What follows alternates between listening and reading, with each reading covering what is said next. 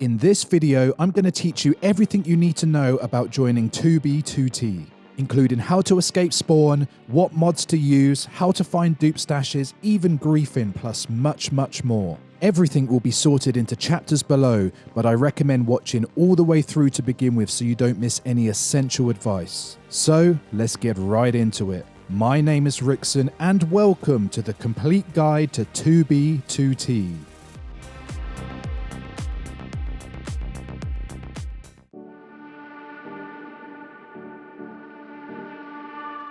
One of the first things to consider when joining the server is whether to buy priority queue, which is $20 for the month. This will allow you to join instantly pretty much any time, whereas the regular queue is always over 2 hours long. The first question is whether you can afford it. If not, then it's discussion over. But if you can, then it comes down to how often do you want to play and what level of convenience do you need. If you're looking to play often and want to be able to jump in whenever you like, priority queue is essential. But if you're only going to join occasionally and are able to wait around in the normal queue, it's probably not worth it. What definitely is worth it though, and what is 100% free, is subscribing to the channel and liking the video. It massively helps out, but no pressure at all.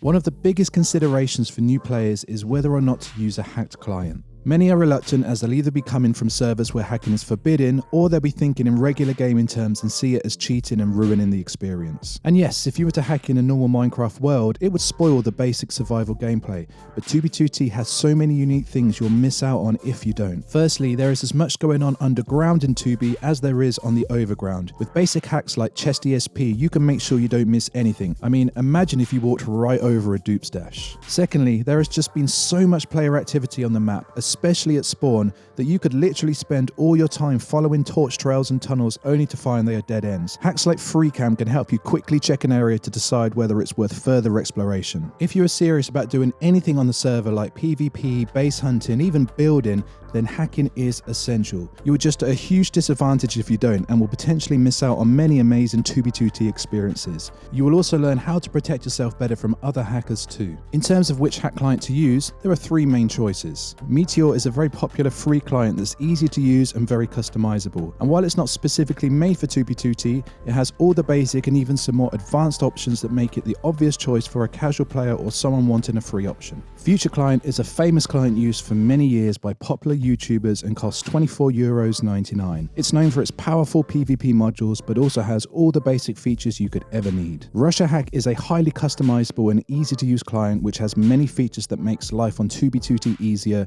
and costs $19.99. The benefit of these two paid clients is their development focus is 2B2T, meaning they have many 2B specific modules. I personally use both Future and Russia together as they both do things differently that I like. Plus it allows me to have an even more customized experience. To use multiple clients, you'll need to use Fabric, which is useful to get so you can also add other game enhancing mods too. In terms of what modules you'll need to use, it really depends on your playstyle. I'd suggest watching your favorite 2B players to see what they use and start experimenting from there. Never ever download crap versions of paid clients, as it's highly likely they'll contain malicious code. Be wary of new or unknown clients too, as they can also be risky. The safest option is to stick to either Meteor, Future or Russia. There are two other mod types I'd highly recommend to enhance your experience on 2B2T. The first is a minimap mod. This helps you get a bigger 360-degree view of an area you're traveling through and can also help you find things, as the render distance is slightly bigger and the top-down FOV is easier to spot things on. There's been many things I would have missed had it not been for my minimap. Oh, hang on a minute. I can see something in the corner there. Looks like we've got a map art. It's the ranch map art. They also help you keep track of where you've previously explored, which is absolutely essential for not wasting time. The two popular choices are Journey Map and Xeros. I'm a long-time Journey Map user, but many comment that Xeros is better suited for 2B2T. They're both free, so try them out for yourself. Secondly, performance-enhancing mods like Sodium and Lithium are also very useful due to how resource-heavy parts of 2B2T can be. The best thing to do is just experiment and see what works for you.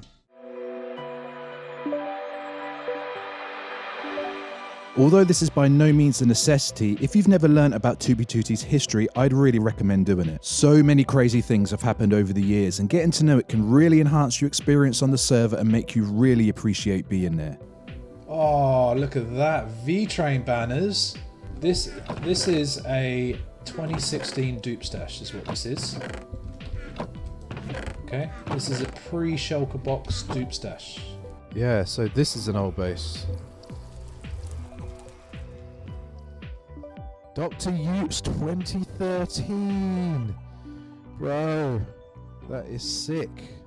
As a good starting point, I'd recommend watching some of Fast Vincent Wan's videos as he discusses many old bases and incidents. I'd also really recommend the Camping Russia's iconic series of videos. I'm slightly excited. I gotta be honest, man. I'm happy to see you in a weird, I don't like you kind of way. You know what I mean? I'm surprised you actually showed up. I gotta say, I'm impressed, Rush. Not only was this the series which propelled 2B2T into the spotlight, I feel it's one of the best video series of all time, not just in Minecraft, but in all of gaming. I'll leave a link to them both in the description below. A great resource for learning about the history of the server is the 2B2T wiki, where you can read up on basically everything significant that's ever happened on the server. And also the archive, an epic project led by the player Turbin, which hosts world downloads of many famous 2B2T bases and locations for you to explore. I'll leave a link to both of these below too.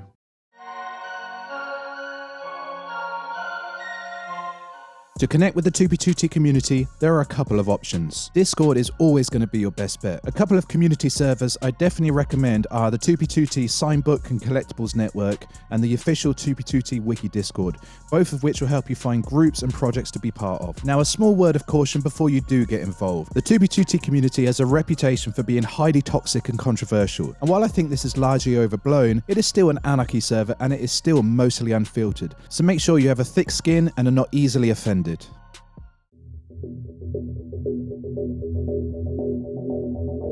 Right, so you have everything ready and you log in for the first time. What should you do on your first day to survive? Firstly, you need to escape spawn. I'd recommend doing this in the overworld, as although it's much faster to do it in the nether, it's also much more dangerous due to the amount of hostile mobs, hostile players, and portal traps. Kill yourself until you're near a diagonal highway and use one of these to escape. The diagonals are much less traveled and destroyed, meaning you're less likely to come across other players, withers, and wardens, and it will be much quicker to find resources. Food will be easy to find, with fish and animals very close to spawn, so your biggest issue is going to be hostile mobs at night, so be very careful. Once you're around 5k away from spawn, head a few hundred blocks from the highway and you should be able to find some trees. Build a small, temporary shelter and spend a day or two collecting essential resources like food, wood, gold for the nether, and full diamond gear. Build your shelter near or around an e-chest, which there are plenty around, and fill that up too, so if you do die, you can quickly get started again. Congratulations! You've now survived your first day, and you can continue on your journey.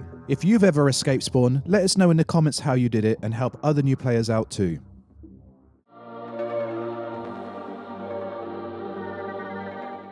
Once you get further out, the nether is the best way to travel around the map. There is an extensive network of highways built and maintained by the HWU group, who have a handy interactive map on their website. However, until you're fully geared, I'd recommend not using the main highways for at least 10k blocks to reduce your chance of running into hostile players. There are thousands of side tunnels which are going to be much safer to use. And make sure you have a piece of gold armor on, as piglins are abundant both on the highways and in the tunnels. Speed hacks are available from time to time, but they come and go due to the constant battle between client developers and the server's admin. So I'd recommend asking for the latest methods in one of the Discord servers mentioned in the community section of this video.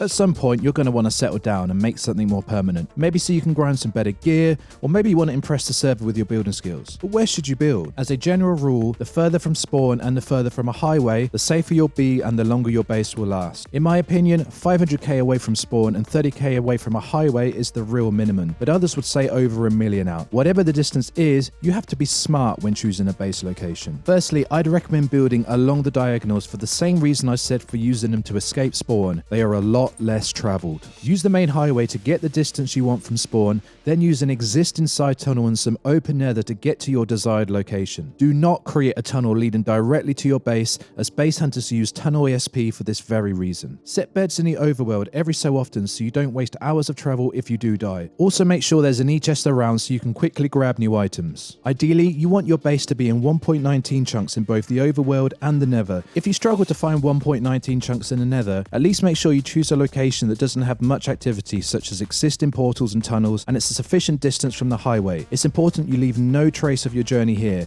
No tunnels, dropped items, nothing. Build a portal, go through, and make sure you're in 1.19 chunks in the overworld.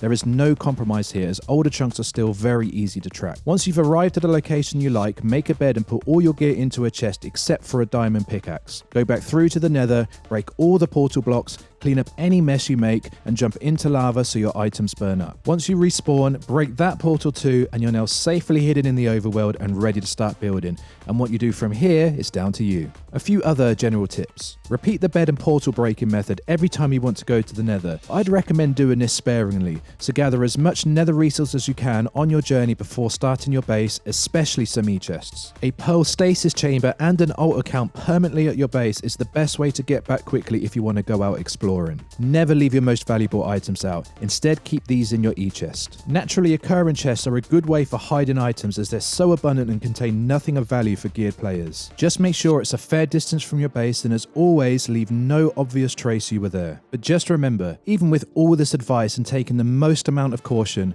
on 2b2t nothing is completely safe. It could take weeks, months, or even years, but eventually everything gets found. For some of us, that level of danger is one of the reasons why we love to play here, and it's something that every new player will just have to accept.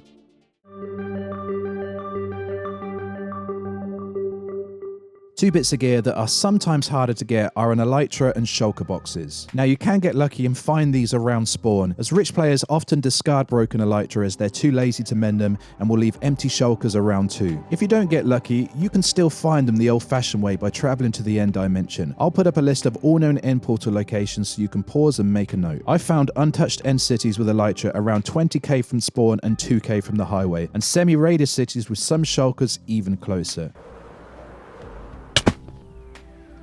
Ah, look at that. We found an ELYTRA. See, easy to do. This is a big challenge for many players, but if you're patient and persistent, it's still definitely achievable.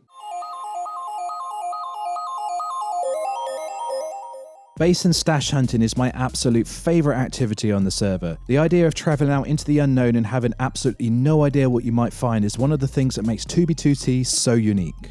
Hang on a minute. Hang on a minute. Hello. Talk to me. Talk to me. Jesus, man. We have found the Valley of Cactuses. When you first start out, you need to consider the quantity versus quality rule. The closer to spawn and the closer to a highway increases the quantity of bases you will find, but the quality becomes lower as there's a higher chance they've already been raided or griefed. The reverse is also true. The further out you go, while the chances of finding anything decreases, when you do it's likely to be much more impressive, because as we learned in the base building section of the video, further out is where the smart players go to build bases and stashes. Now, this is not a hard rule at all, as I've been involved in some epic bases very close to spawn and have found dirt huts out in the millions, but it is a good place to start. Here are 5 other quick tips to help you get started. Number 1, hack. Without hacking, you'll really struggle because so much stuff is built underground. Number 2, ELYTRA and rockets make finding things much easier, so focus on obtaining these first. Number 3, don't just jump through portals and scan the initial area, as it's unlikely anything will be there. Number 4, follow old chunk trails by searching for gaps in copper ore in the overworld or gold ore in the nether. And number 5,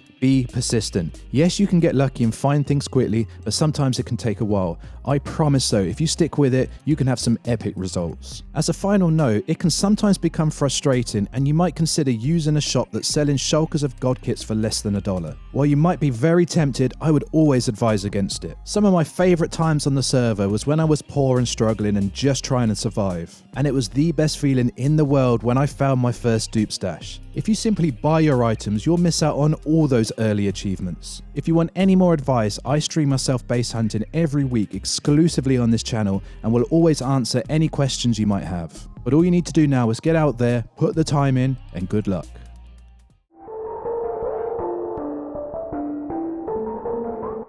If you want some of the absolute best advice on how to crystal PvP, then you've come to the wrong place. As you can tell from the footage, I don't PvP, but it is something a lot of people are interested in, so I did want to do a section on it. I was going to get some outside expert advice, however it's such a complicated thing and the intricate metas and strategies change so often, I think some general advice is better. Lots of PvPers upload highlight videos to YouTube and Twitch, so see who's active, see what groups they're in, seek them out and start learning if it's what you want to do. Oh, and if we do run into each other, please don't kill me.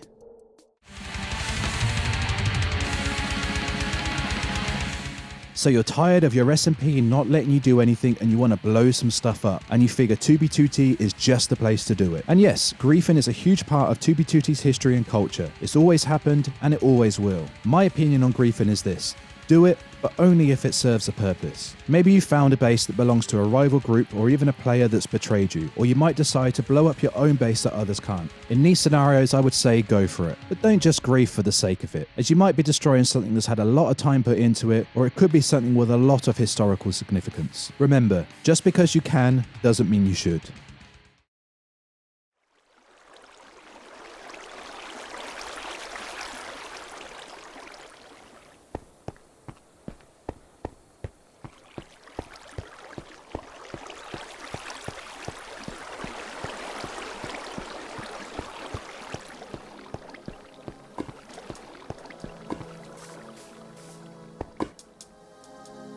So there we go. That's all the advice I can give you to get started. I promise if you follow it all, you will quickly become established. And who knows, maybe one day I'll be making a video about you and some of your achievements on 2b2t. Thank you so much for watching. This took so long to make and I put absolutely everything into it. If you want to say thanks, please do so by liking, subscribing and leaving a comment. A big thank you to all my subscribers and regular stream viewers. You guys are the best. Also thank you to all the players who have helped me out over the last 3 years. And finally, a massive shout out to my group, the Greybeard Geezers, who are always so helpful and supportive. This video wouldn't have been possible without any of you, so I really do appreciate it. But that's it for now, so until next time, take it easy and be safe.